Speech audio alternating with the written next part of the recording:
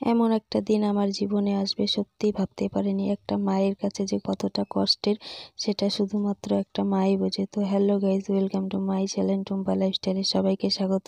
তো তোমরা সবাই কেমন আছো? আশা করি ভালো আছো। আমরাও আছি, খুব বেশি ভালোও না আবার খারাপও না। তো সকালে দেখো কতগুলো জামা কাপড় ছিল, সেগুলোই ধুয়ে দিলাম। তারপরে একটু পরে দেখো বর আর শ্বশুর মশাই অনেকগুলো মাছ আনছে, সেগুলোই কেটে বেছে ধুয়ে শাশুড়ি মা কেটে বেছে দিয়েছে।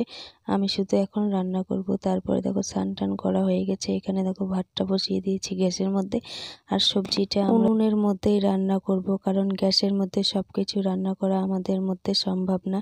কারণ মধ্যবিত্তদের জানোই তো, গরিবদের অত বিলাসিতা ভালো না, ওর জন্যে। আর গ্যাসের যা দাম, একটা শেষ হলে যে সঙ্গে সঙ্গে ভরাবো সেই রকম ক্ষমতাও আমাদের নেই। আর আজকেই আমাদের রান্নাঘরও ভাঙা হলো। আর আজকেই যে এমন একটা দিন আসবে সত্যিই কখনো কল্পনা করতে পারিনি। তো এখানে দেখো দুপুরবেলা ঘর ভাঙার পর রান্না বসিয়ে দিয়েছি। আর বাড়িতে আজকে অনেকগুলো লোকও ছিল খাওয়ার জন্য, কারণ পেছনে আমাদের কাজ ছিল, 5টা লেবার ছিল, ওদেরকেও খাওয়াতে হবে। আমি তাড়াতাড়ি করে রান্না বান্না করতেছি, কারণ আমার ছোট বাবুকে নিয়ে ডক্টরের কাছে যেতে হবে, কারণ ওর শরীরটা প্রচণ্ড খারাপ। ওর জন্যে সর্দি কাশি হয়েছে। রাত্রিবেলা একটুকু ঘুমাতে পারেনি, এত কাশি হয়েছে যে গলা বসে গেছে, নিঃশ্বাস নিতেও ওর কষ্ট হচ্ছে।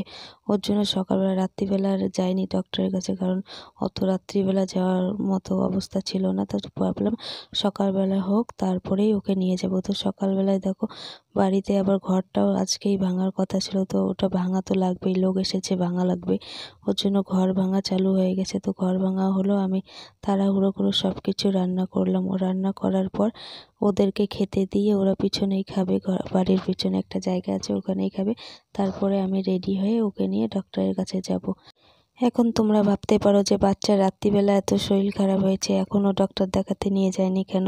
কারণ কয়েকদিন আগেই ওর কাশি আর সর্দির জন্য ওষুধ আনা হয়েছে, ডক্টর দেখিয়ে ওটাই খাওয়ালাম রাত্রিবেলা। তারপরে একটু কমলো, তো ভাবলাম রাত্রিবেলাটা পার হোক, তারপরেই কালকে দিনের বেলা নিয়ে যাব। তো সকালবেলা ঘুম থেকে উঠেই বর ফোনে নামটা দিয়েছে, তো বললো 2টার দিকে যেতে।